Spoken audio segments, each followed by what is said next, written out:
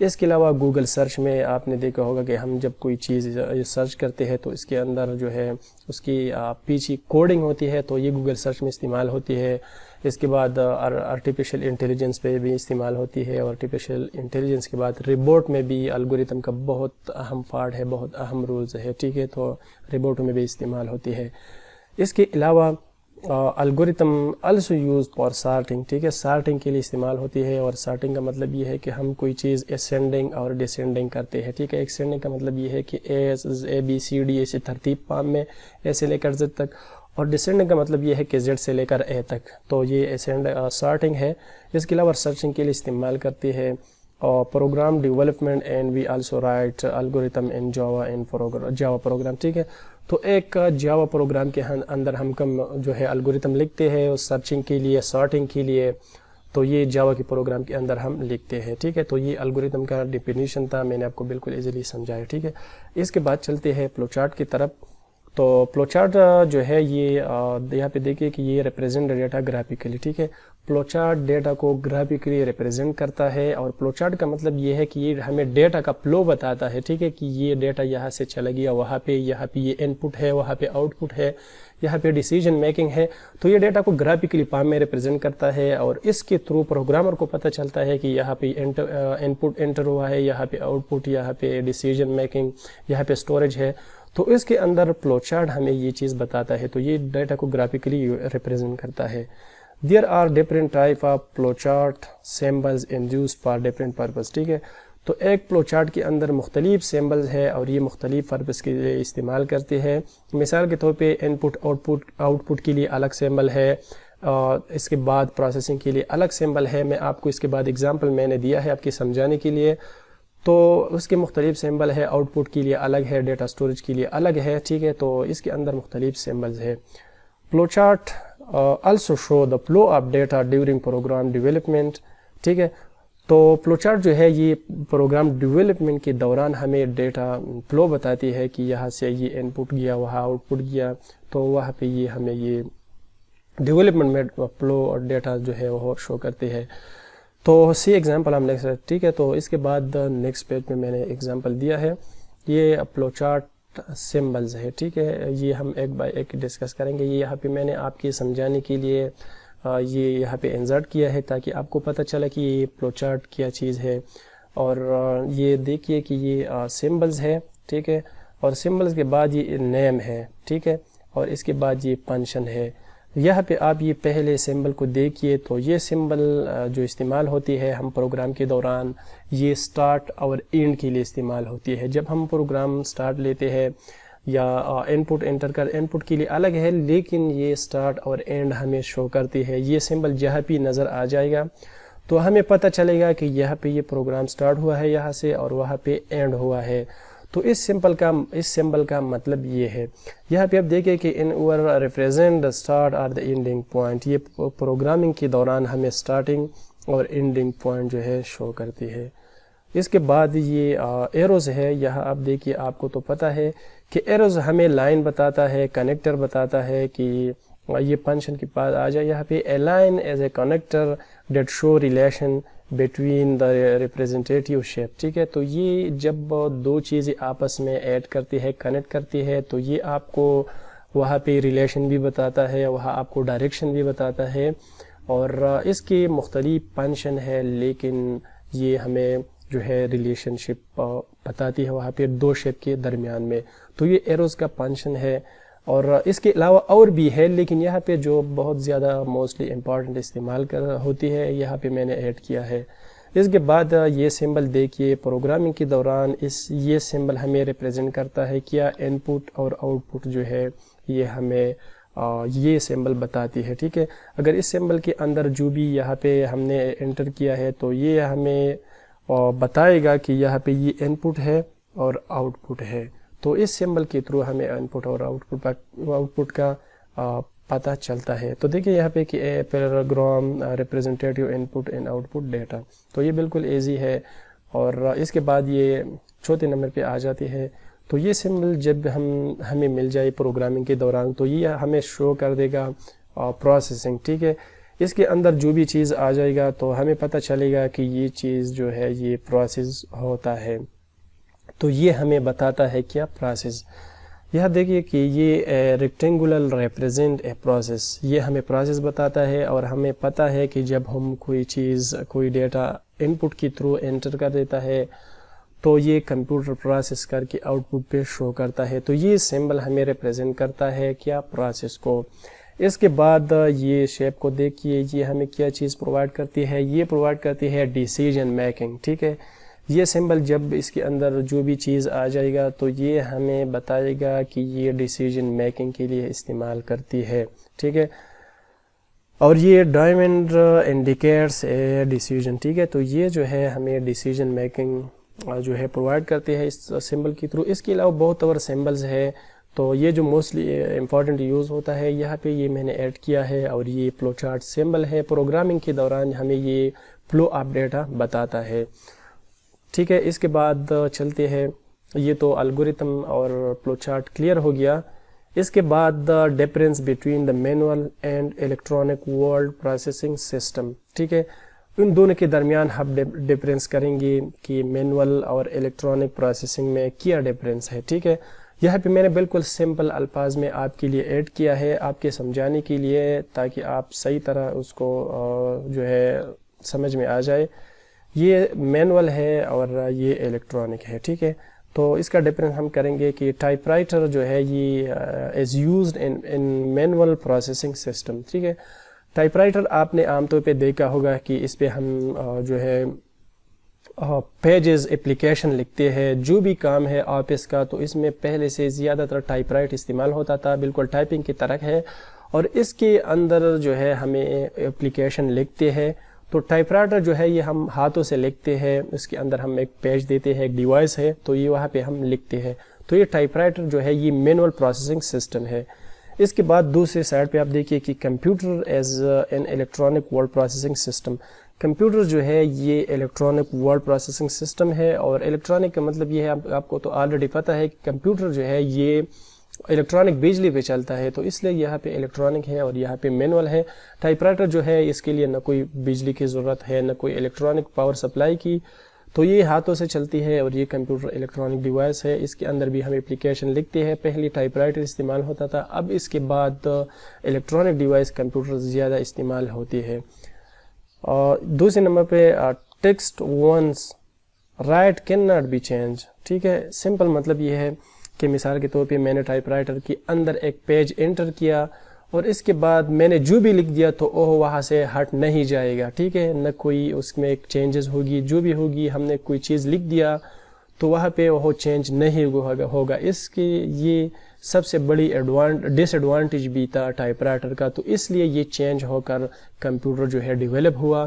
اور اس کے اندر اگر ہم مثال کے طور پہ ایم ایس ورڈ میں اپلیکیشن لکھتے ہیں اور اس میں جو بھی غلطی ہوئی تو آپ دوبارہ وہ ہٹا سکتے ہیں ایزیلی. تو دوسری سائڈ پر دیکھیے کہ ٹیکسٹ کین بی چینج. ٹھیک ہے، کمپیوٹر کے اندر ہم ٹیکسٹ کو چینج کر سکتے ہیں easily. Text can not be formatted. ٹھیک ہے، اس کے مطلب یہ ہے کہ ہم جو بھی ٹیکسٹ لکھتے ہیں وہ فارمیٹنگ جو اس کا سٹائل ہے، ٹھیک ہے، ہم سمپل بس وہاں پہ لکھتے ہیں ٹائپ رائٹر کے اندر، اور ٹیکسٹ جو ہے وہ فارمیٹ نہیں ہوگا. اور کمپیوٹر میں ہم ٹیکسٹ فارمیٹ کر سکتے ہیں، آپ چھوٹا بڑا کر سکتے ہیں، کلر بھی لگا سکتے ہیں اس کے اندر. کلر بھی مختلف ایفیکٹس ہے، کلر ایفیکٹس ہے، آپ اس پہ اپلائی کر سکتے ہیں. تو یہ بھی ایک ڈس ایڈوانٹیج تھا. ٹھیک ہے، مثال کے طور پہ آپ نے کمپیوٹر میں دیکھا ہوگا کہ ہم اپلیکیشن لکھتے ہیں اور اس کو ہیڈن دیتے ہیں، اس کے بعد جو ہے تھوڑا وہ بڑا کر دیتے ہیں اور اس کے بعد جو بھی اپلیکیشن ہے وہ ہم لکھتے ہیں. تو ٹائپ رائٹر بالکل سیم لکھتے ہیں اور کمپیوٹر فارمیٹنگ ٹیکسٹ کو فارمیٹ کر دیتے ہیں. Text can not be deleted اور انسرٹڈ. جو بھی ہے آپ مثال کے طور پہ اپنی اپلیکیشن لکھ دیا تو مینول پروسیسنگ سسٹم میں ہم نہ کوئی چیز مثال کے طور پہ ہم نے ایک بار لکھ دیا تو وہ ڈیلیٹ نہیں ہوگا. ٹھیک ہے، اور نہ ایک لائن کے اندر نہ ہم کوئی چیز انسرٹ کر سکتے ہیں. تو یہ بھی اس کا ڈس ایڈوانٹیج ہے. اور text can not be inserted اور ڈیلیٹڈ. ٹھیک ہے، اس کے اندر ہم ٹیکسٹ انسرٹ بھی کر سکتے ہیں کمپیوٹر کے اندر، اور آپ انسرٹ بھی کر سکتے ہیں، ڈیلیٹ بھی کر سکتے ہیں. ایک لائن کے درمیان آپ جو بھی ہے اس کے اندر آپ ایزیلی کر سکتے ہیں. تو یہ بھی مینول پروسیسنگ سسٹم کا ڈس ایڈوانٹیج ہے اور یہ ان کے درمیان ڈفرینس ہے. ٹھیک ہے، میں نے بالکل سمپل الفاظوں میں آپ کے سمجھانے کے لیے یہ ایڈ کیا ہے. Text can be move from one location to another location. Text cannot be moved from one location to another location.